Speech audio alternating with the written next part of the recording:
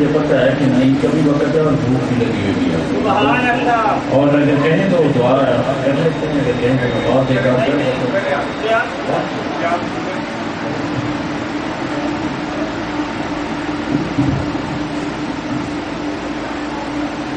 اسلام بات ہو رہی تھی بلال شریف کی، اور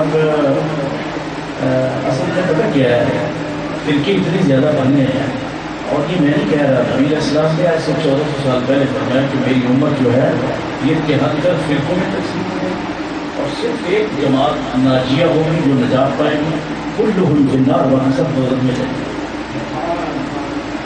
اب دیکھنے والی بات یہ ہے، یہ نہیں بات، لیکن ہر جو فرقے والا ہے وہ کہتے ہیں کہ ہم جنت میں جائیں گے، باقی دوزخ میں جائیں گے، یہ بات کرتے ہیں سارے۔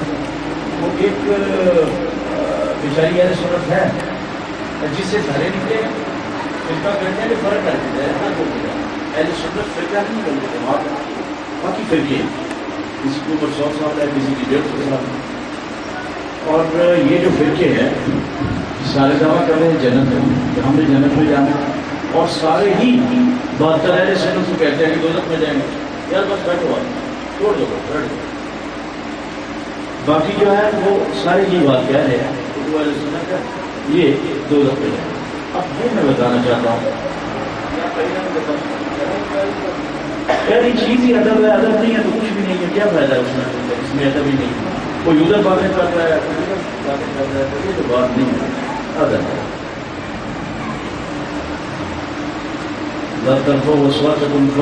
نبی ادب ہی کیا ہے کہ اپنی آوازوں کو میرے نبی کی آواز سے بلند نہ کرو کہ تمہارے آواز تباہ ہو جائیں گے اور تمہیں خبر بھی نہ ہوگی۔ حضرت باعث بستانی جب بھی آئے کوئی پڑھ رہا تھا تو آپ نے اپنا سانس بھی روک دیا اور روک کے اللہ کا ذکر کرتے ہیں، جس کو ہم صدم کہتے ہیں، ذکر کرتے ہیں کہ سانس کی آواز سے بھی بے ادبی نہ ہو جائے۔ اور اللہ تعالیٰ نے قرآن کریم میں ان لوگوں کو جنہوں نے ادب کیا ان کے لیے انعام فرمایا، ان الذین یغضون اصواتهم عند رسول اللہ اولئک الذین امتحن اللہ قلوبهم بالتقویٰ، جن لوگوں نے میرے نبی کی آواز سے اپنی آواز کو پست رکھا، ادب کیا، اولئک الذین امتحن اللہ قلوبهم بالتقویٰ، اللہ تعالیٰ نے ان کے دلوں کو تقویٰ کے لیے چن لیا ہے، اور فرمایا لہم مغفرہ، ان کے لیے مغفرت ہے، بخشش ہے یقینی طور پر۔ فرمایا صرف یہ نہیں کہ میں جنت دے دوں گا یا مغفرت کر دوں گا ان لوگوں کی جنہوں نے اپنی آوازوں کو میرے نبی کی آواز سے پست رکھا، نیچے رکھا، بلکہ فرمایا وَأَجْرٌ عظیم، میں جنت کے ساتھ انہیں اجر عظیم ہی عطا فرماؤں گا۔ تو یہ بھی ادب کی بات ہے، ادب کے بغیر کچھ بھی نہیں ہے بات۔ اب برتن جو ہے بنے ہوئے ہیں اور سارے ہم چپ کر کے سنتے رہتے ہیں، ہر فرقے والا یہ کہے گا کہ یہ بھی بس ہم جنتی ہیں اور باقی ہمارا نمبر آتا ہے جو سنی ہے نا یہ دو سنتے رہتے ہیں۔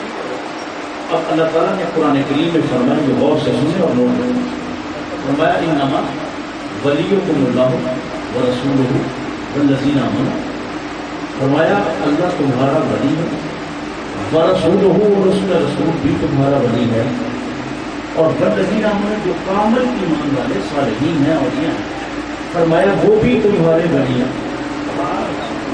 تو جو شخص یہ کہتا ہے کہ میں صرف اللہ کو ولی مانتا ہوں اور نہیں ضرورت ہے، تو خدا نے فرمایا کہ میں نہیں مانتا ہوں۔ وَمَن يَتَوَلَّ اللَّهَ وَرَسُولَهُ وَالَّذِينَ آمَنُوا، جس نے اللہ کو ولی مانا، ساتھ اللہ کے رسول کو بھی ولی مانا، اور ساتھ اس کے دونوں کو ولی ماننے کے بعد جس نے جو کامل ایمان والے صالحین اولیاء ان کو بھی ولی مانا، وَمَن يَتَوَلَّ اللَّهَ وَرَسُولَهُ وَالَّذِينَ آمَنُوا، جس نے تینوں کو بیک وقت ولی مانا، خدا نے پھر قرآن میں فرمایا فَإِنَّ حِزْبَ اللَّهِ هُمُ الْغَالِبُونَ، یہی اللہ کی سچی جماعت ہے جو ہمیشہ غالب ہے۔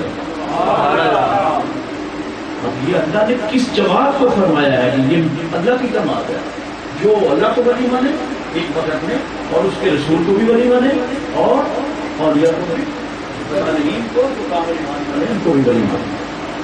اب یہ سوچنے کی بات ہے، یہ جو میں بات موضوع پتہ نہیں کدھر چلا گیا، میں بات میلاد شریف کی کرنا چاہتا تھا، لیکن یہ بھی میلاد شریف کی ہے، اس لیے میلاد شریف ہے کہ مسلم شریف کی حدیث ہے، 1.25 لاکھ صحابی بیٹھے ہوئے اور نبی پاک کا ساتھ خطاب فرما دیتے ہیں. آپ نے فرمایا میرے صحابہ تمہیں تو اپنے آپ کا پتا ہے لیکن مجھے پتا ہے.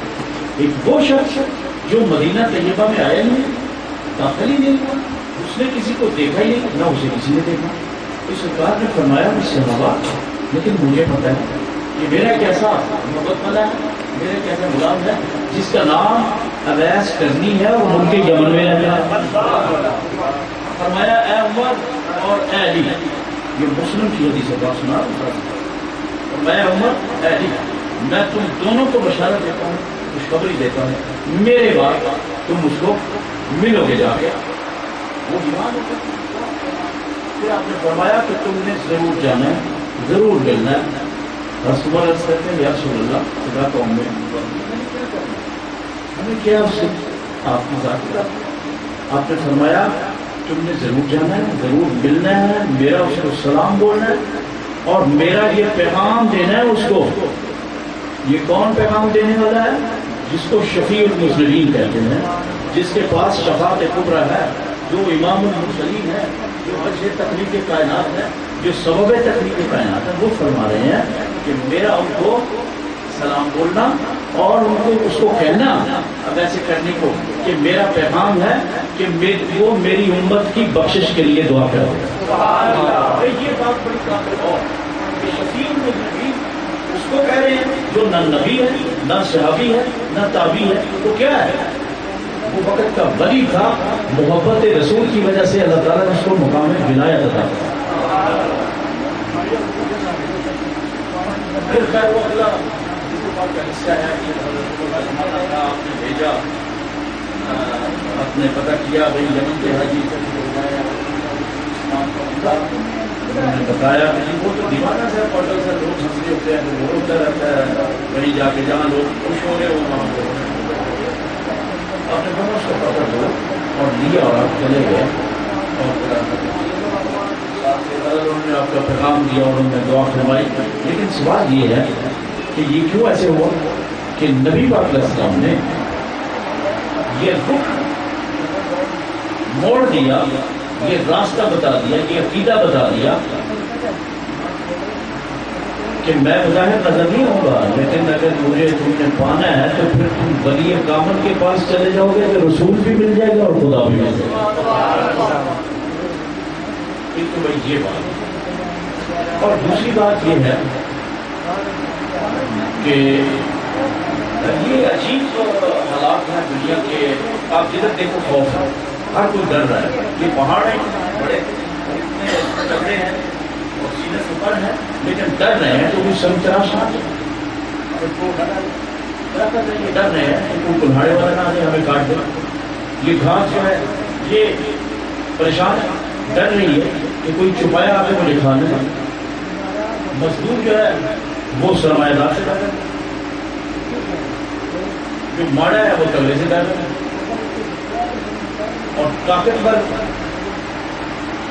وہ نہیں ڈرتا، کمزور ہی ڈرتا ہے مجھے. لیکن ہر کوئی ڈرتا ہے ایک دوسرے سے. لیکن میں آپ کو بتاؤں ایک وہ قوم بھی ہے، ایک وہ گروہ بھی ہے جس کو اللہ نے قرآن میں فرمایا کہ الا ان اولیاء اللہ لا خوف علیہم ولا هم یحزنون. میری تمام مخلوقات میں سے جو میرے اولیاء ہیں وہ ایک ایسا وجود ہے ان کا، وہ ڈرتے نہیں ہیں، انہیں نہ کوئی خوف ہے نہ کوئی انہیں غم.